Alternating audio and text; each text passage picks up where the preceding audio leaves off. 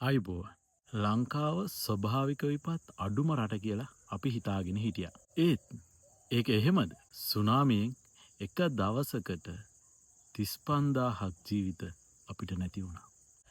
83 ඉඳන් 2009 වෙනකන් යුද්ධයෙන් අපිට ලක්ෂ ගාණක් ජීවිත නැති වුණා. 71, 88, 89 කාලවලදී මේ රටට ආදරය කරන තරුණ පිරිස ලක්ෂ ගාණක් ජීවිතක්ෂයට පත් වුණා. මේ අවුරුදු 50ට 60ට ජීවිත කොච්චර නැති වුණාද? දේපල කොච්චර විනාශ වුණාද? දූෂිත දේශපාලකයෝ මේ රට පාලනය කරත් ඒත් අපි නැගිට්ටා. දැන් අපිට බය වෙන්න ඕන නැහැ. දැන් අපට තියෙනවා වංචා දූෂණයෙන් තොර දේශපාලන නායකත්වය. ආපදාවක් පැමිණියා තමයි. දැන් ඒ සියල්ල සිදු වී හමාරයි. දැන් තියෙන්නේ එක පැත්තකින් දේශපාලකයෝ විනාශ කරපු රට, තවත් පැත්තකින් මේ ආපදාවෙන් විනාශ වූ රට ගොඩ නැගීමයි. ස්ථීරවම මේ රජය මැදිහත් වී මේ රට තිබුණටත් වඩා හොඳට හදනවමයි.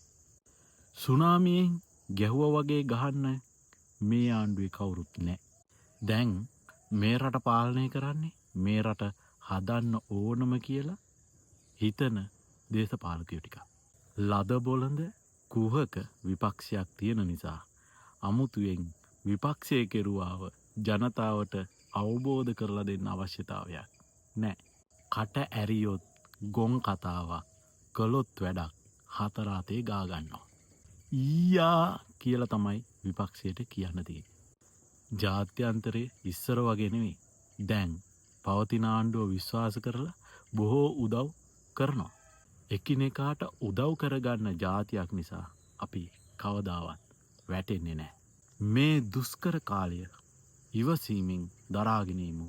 මේ රජය මැදිහත් වෙලා මේ රටට වසන්තය ගෙන එනවාමයි.